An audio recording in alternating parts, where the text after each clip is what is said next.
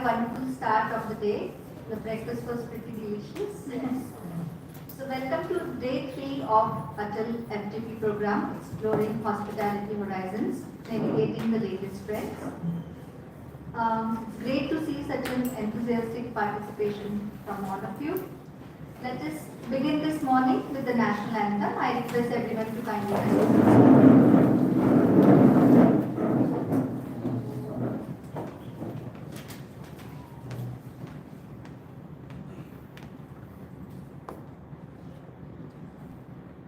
जनगण मन अधिनायक जय हे भारत भाग्य विधाता पंजाब सिंध गुजरात मराठा द्राविड उत्कल बंगा विंध्य हिमाचल यमुना गंगा उच्चल जलधि तरंगा तव शुभ नामे जागे तव शुभ आशीष मांगे गाहे तव जय गाथा जन गण मंगल दायक जय हे भारत भाग्य विधाता जय हे जय हे जय हे जय जय जय जय हे So much.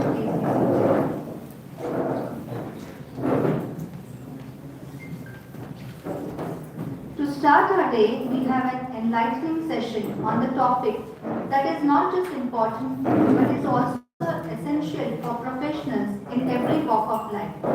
That is life skills, time and stress management. It gives me immense pleasure to introduce the guest speaker for today's session, Ms. Linestha Chauhan. Ms. Chauhan is highly skilled trainer with over 17 plus years of experience in personal and professional development. Her expertise lies in imparting essential skills, helping individuals achieve a balance between productivity and well-being. She is a philosophy lecturer and has studied Vedanta philosophy for the past 17 years. Having experience and practical benefits from this philosophy, the Institute has extended it to various people through their lectures and various other sessions on personality development and life skills. Vedanta Institute is a non-profit organization which is dedicated to providing such value-based education and critical thinking skills. The education is based on the ancient Indian philosophy of Vedanta. It is a practical life philosophy that enables us to lead a dynamic and an active life without sacrificing the peace of mind. It highlights the importance of developing human intellect and ability to think logically, critically and reasonably. It also leads one to a happy and a fulfilling life. We are honored to have you here, ma'am, with us today. I now request our principal, Dr. Sonali Zadav, to kindly felicitate the guest speaker for today, Ms. Linestha.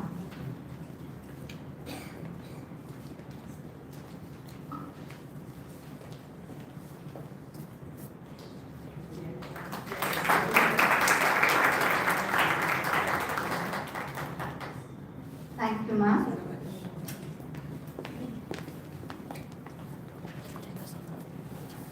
During our presentations, there will be few slides that we shall show on the screen, and we will have you probably just copy those links in your mobiles. We'll give you the instructions accordingly for a certain survey questions. So without much ado, I now hand it over to Ms. Linestha. Over to you, ma'am.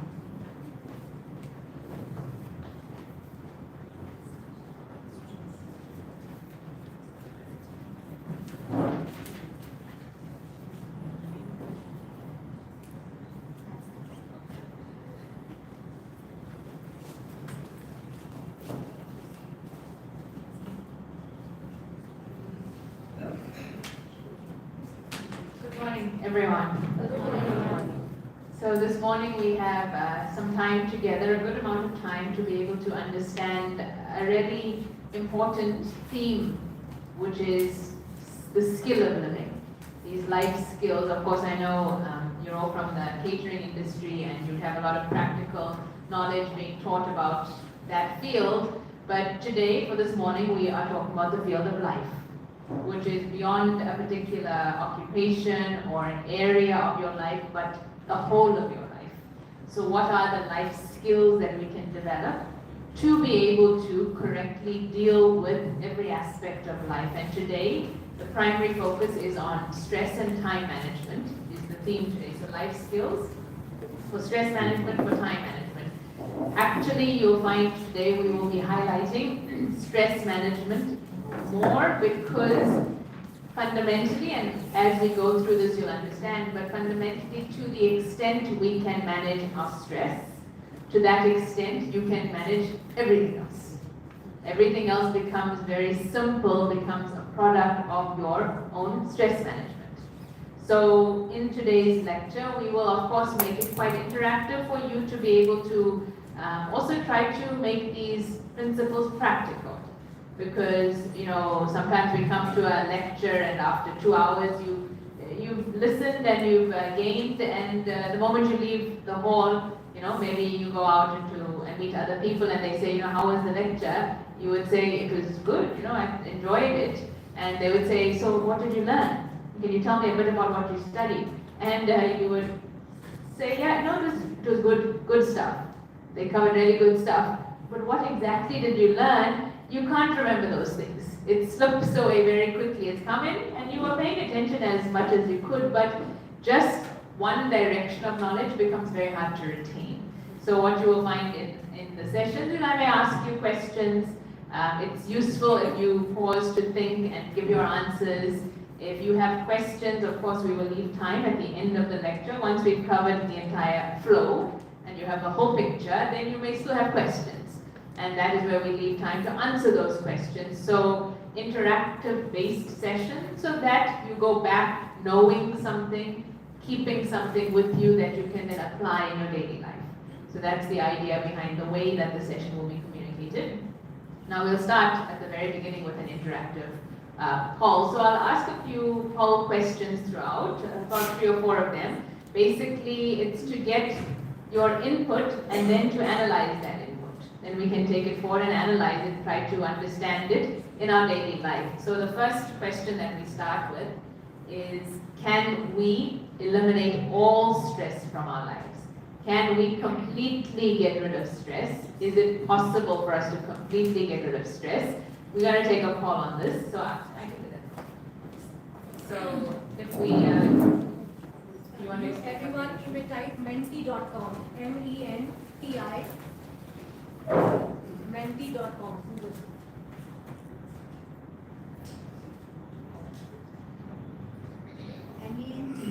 menti.com.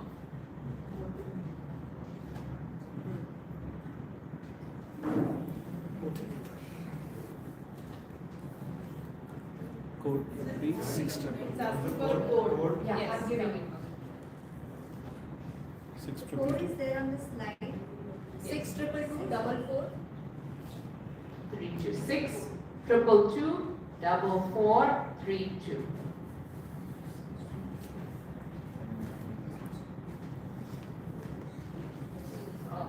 No's coming in. 9, 10 no's, 1 yes. 14, 15, 17, 18, 19, 20. 2 yeses. 23, 24.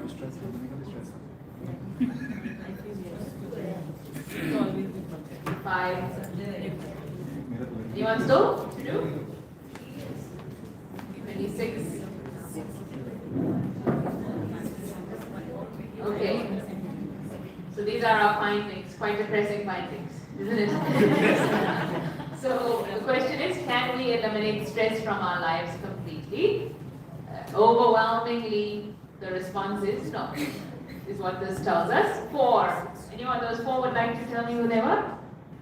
Yes? I like that enthusiasm. 2, 3, 4. Okay, excellent. Why do you say, I'm asking you first because it's such a small minority. Anyone want to share why do you say yes? Yes. don't know whether I'm completely right. Do we want to use these mics to the audience? And everyone can benefit from the answers.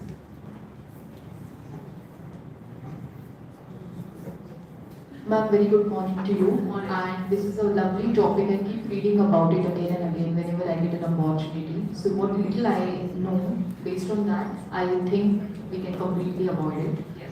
if we make conscious efforts towards it. Yes. It requires very conscious efforts, though it looks unachievable and impossible. Yes. It is doable, Yes. and I believe it is in our hands how we allow the external factors to impact our mental well-being. Yes. It's totally in our hands. Yes. If we allow, then it can come and harm your mental peace. Yes. If not, nothing can break that because it's completely your mental setup, how you think, and Yes. whether you are in general optimistic towards life. Yes. So I completely agree, and I stand by with my opinion that it is doable. Correct. Yeah. Now, I think you need to take this podium because you've given my whole lecture. I really No, no, mean that, I'm ma'am. joking, I'm joking. I'm saying that exactly right. I mean, you said everything that I would want to start with. Oh, I am really sorry for that. No, It no, was not I'm- intentionally. No, no. Thank you so much, ma'am, but it means a lot to me. Correct, Thank you yes. so much. No, so basically though, anyone else, those who put their hands up for yes, I'd like to add? No? They already covered it, my speech also is covered, so. Morning, ma'am. Yes, I just want to add. So basically, I don't know, but one of my favorite characters from a movie called as Kung Fu Panda is Po. And I have been fortunate to be in touch with, I have friends who are from Vietnam and different Southeast Asian countries. Yes. What I realized from them is, exactly what she mentioned, that everything is in your control. What you allow the factors are going to affect you. Apparently, yes, the part is also, I would not take away saying yes that you cannot see stress is there, obviously, but then to deal with it is a way. And obviously what you allow will continue, and it is all about your priorities in life. I personally believe in finding small joys in my life rather than looking for a bigger portion of it, and that's what I think is the way of life. Yes. Yes. Yeah, that's my answer. Yes, Thank you. excellent. Yes. Anything else? Anyone who said, well, we have 28 people who said no. Anyone who said no, like to share why you think it's not possible? Yes. Basically asking the question of elimination. Yes. So I particularly You want to consider squeeze that, them, Mike? yeah, we cannot eliminate and we shouldn't eliminate. I think that stress is also required to get us going. And once you evaluate stress and solve it, that's your success. Stress is gone. That day's elimination will happen.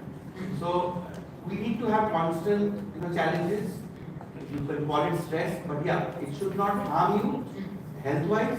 We should take it positively and solve that day's problem and move on in it. So every step of the way when you're solving stress, it's a joy for you, like what you were saying. Yes. So this is what I feel that you cannot eliminate, make it zero. Yes. But yes, you can reduce it. The harmful ones stay out.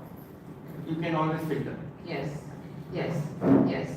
So true. I mean, that's a very common answer we get, that you can manage your stress, deal with it better, but you can't eradicate it.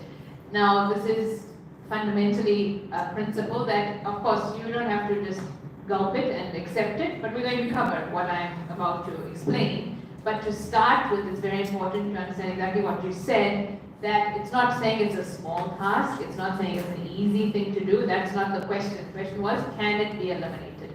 Not how difficult. Yes, seemingly impossible, but not impossible to eliminate stress from our lives, and we'll come to also touch upon what people assume to be healthy levels of stress. In the context of how we define stress, there is no positive stress by definition. Yes, Yes, just wanted to share that Yes. on that note, as you just began, positive use stress is what we call it as. So that comes from good things. So if I get a jackpot lottery, yes, I do get stressed, but that's come. I meet someone at the airport after long years, that's also going to give me stress.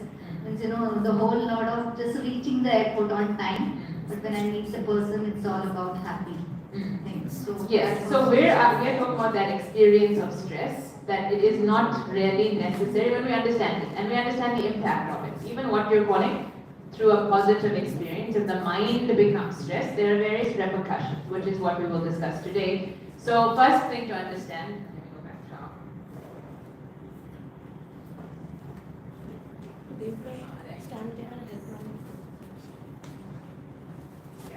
So first thing to understand today, we say, and this quote probably covers it, Richard Carlson, an American author, he says, stress is a socially acceptable form of mental illness. Now this is not to offend us in any way, but by definition, just saying, illness just meaning something is apart from its natural healthy state. When you say the body is ill, what does that mean? The body's natural state is harmony, is health. It's as it's supposed to be when it is healthy. When there is something, a virus or a bacteria or something that enters the system and causes complications, we say that it is in ill health. That is not its natural state. Nothing wrong. If you have ill health, you have ill health, but it's not its natural state. Exactly the same way is the approach of not just Vedanta philosophy, any thinker, any sage or prophet or anyone who sat and thought and understood the inner workings came to conclude the same thing. The natural state of the mind is a state of peace, is a state of fulfillment, is a state of contentment, of happiness. We have, of course, through life, through different factors, illness has come in, which at a mental state is called stress. And it doesn't have to be there. Just because it is an experience that everyone goes through doesn't mean it has to be there. So first thing to understand, it's not necessarily a natural or a normal state. Our normal state is freedom from stress. And the beauty of our existence as a human being is that you have the capacity, like we said, difficult, but not impossible. You have the capacity to live a life that is free from stress. No other species can do that by their makeup. A plant is very much just there existing. An animal, while it will have various experiences and emotions, will be victimized by those experiences and emotions. A human being has this capacity to exist in the world, yet remain free from the effects of the world. That is a human being's capacity, which we don't really know, and therefore we don't really appreciate what potential the human being has, what capacity the human being has. To give you two stories to explain hidden capacity or ignorance of our capacity. This is a common thing that happens actually in circuses. So in circuses, they have all the animals and they train those animals every day to eventually perform exactly the way they wanted to. So this used to happen very often where they would train the animals from young, right? So a very young baby elephant, tiny elephant, that would be based there and train it every day. So they would train the elephant, and when it's not being trained, they would tie that so they didn't run away to a pole. So there'd be a wooden pole or something, not very big pole, and a rope around the ankle of the elephant and tied to that. And the baby elephant would initially try to break free, but it's tiny and it wasn't possible. It would try, and after some time, didn't try every day, gave up, because realizing there's no possibility. Now every day they would do this, tie that same baby elephant up, but baby elephant was becoming a bigger elephant. It was growing and growing and growing, but the rope that they used to tie it and the pole to which they tied it remained the same. Because they saw that the elephant was not trying to escape. So they just maintained that same pole and that rope. And the elephant grew into a full-grown adult elephant, huge in form. And we know what an elephant can do, right? It can uproot a tree even with its trunk. That's the possibility. Yet that elephant did not move, stayed there. Now we know why didn't it move? Because it was imprinted since he was a baby kid, obviously. Mind was there. Exactly. And he did not realize the strength that he has. He had, exactly. So it is exactly that. He could, with one little kick of his leg, now as a grown elephant, could be free.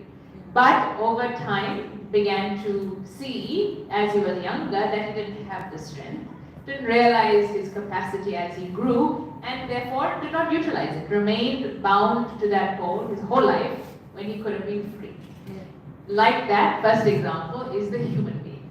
We don't realize our capacity and maintain a bondage to stress, to anxiety, to depression, to all these things that we go through, believing that that is a part and parcel of life. Like the elephant would say, that is now my life. I can't do anything. I've tried, not possible. Like that, we believe that this is the world. And of course, we're going to discuss the world, not that it can ever be free of challenges, difficulties, stressful seeming situations. But the point is, the human being has a capacity which we are unaware of to be in that, yet be unaffected by it. So that is the first example. Another example which again shows how you can possess something and not know that you possess it, therefore not utilize it. So an example of two friends. Very, very close friends, they were always together, best of friends. And the one friend told the other friend, after many years, he said, you know, if anything happens to me, I'm just telling you this. I won't repeat this to anyone else, but in my garden, I've buried a chest with a lot of money. So if at all, because I only trust you, others may go and steal it while I'm alive, but if anything happens to me, you get that money, you give it to my family, make sure that they are taken care of. So this friend said, of course, but we got a long way to go, don't worry about it. And they were maintaining friendship, but it so happened that this second friend had to relocate. So he moved to another city. Over time, they lost track of each other. And in the meantime, this friend had actually passed away. And after many years, the second friend came back, and he happened to bump into his wife. And the wife said, actually, he's passed away, that a few years ago. And the wife was in extreme poverty. She didn't have anything. She was basically struggling with 2 jobs and not even able to make ends meet. And then the friend realized this and remembered what his friend had told him, that if anything happens, there is this money. And so he said, why are you struggling? She said, what do you mean? I have to. There's nothing I can do. I don't have the money. And he said, no, you do. You have a lot of money, actually, and you don't need to struggle like that. Even if he couldn't understand. Like we're saying, we don't need to struggle in life. But we say, no, I have to. This is my life. He said, no, you don't need to struggle. I will show you a way. And that's where he took her back to her own home, not someone else's home, her own garden, dug that up, and they found this chest full of wealth. And then she was very comfortable thereafter. Same analogy to explain this point, that within us is a treasure, you can say, or an inherent capacity that we have to take care of life quite comfortably. She is now comfortable financially, happy. And she had it. It's not that she didn't have it, but what was the difference before and after? It was awareness of it. Before that, she did not know. While it was there, 24/7 it was sitting there, she did not know. Then, after the friend came, he told her, he gave her knowledge, she became aware. In that awareness, immediately all sorrow ended. She was comfortable. That is the same idea with where we're starting from, to just at least accept that there is a capacity which I may not know, and therefore the challenges of life are causing various effects on me.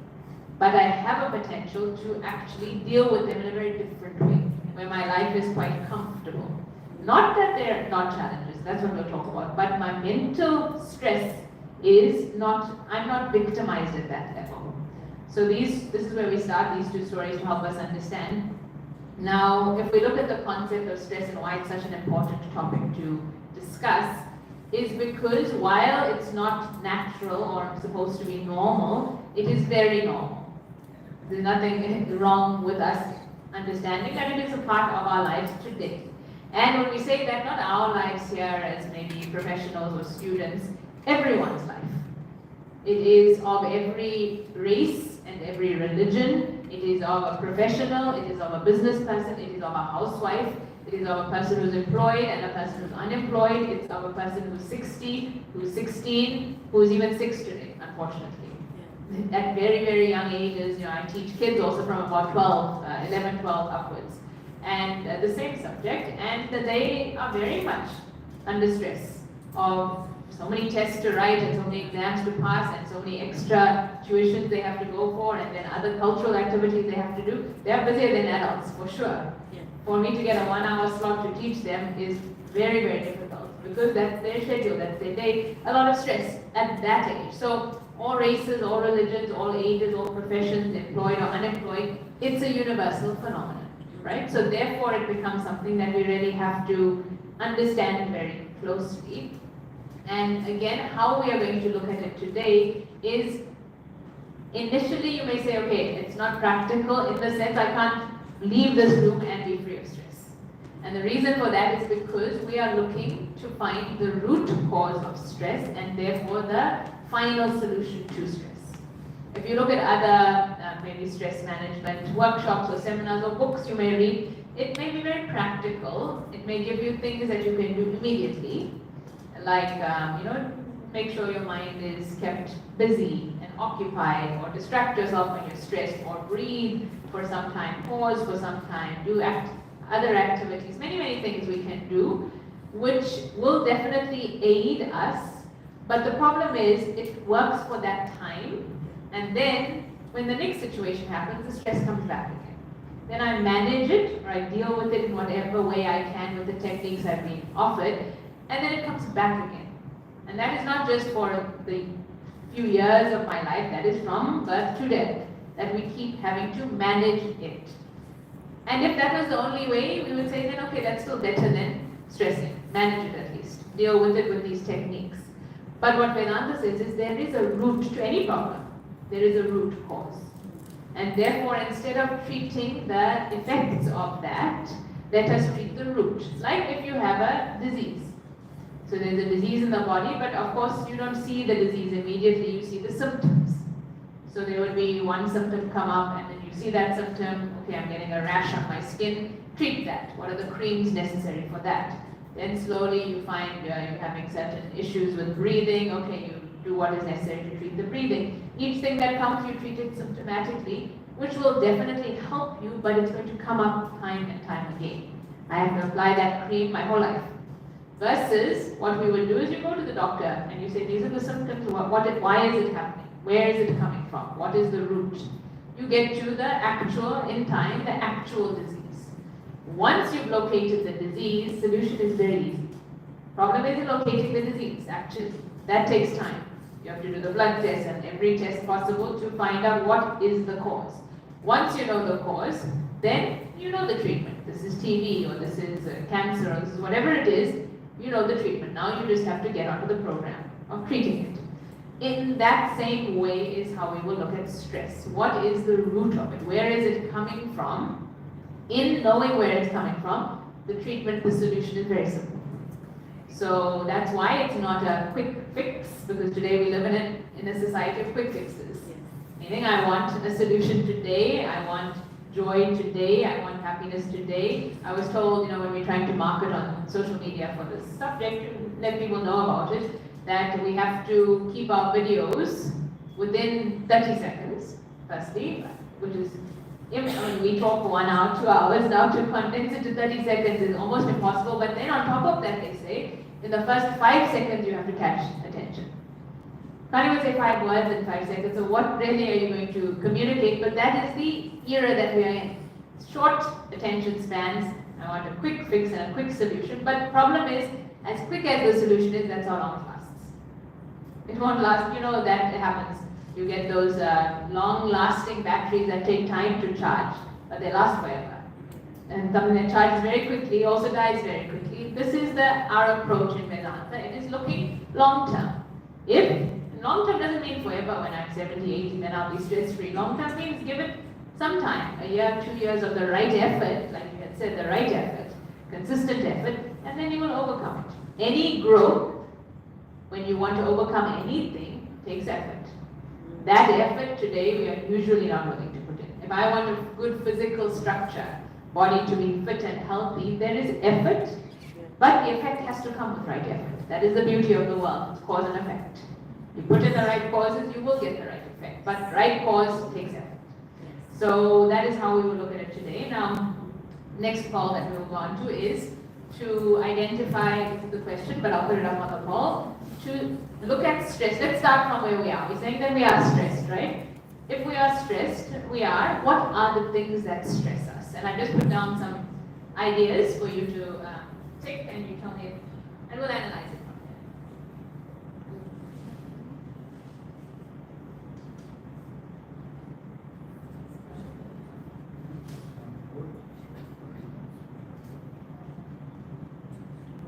So you can select more than one. Traffic, work deadlines, family or relationships, financial issues, or none.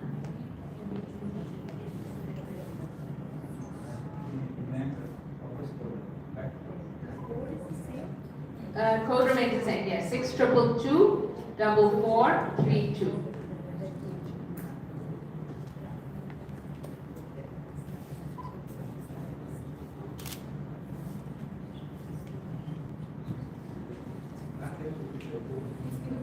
It's here, 6222 4432. It's right at the top, if you can see. Menti.com. Work is a problem.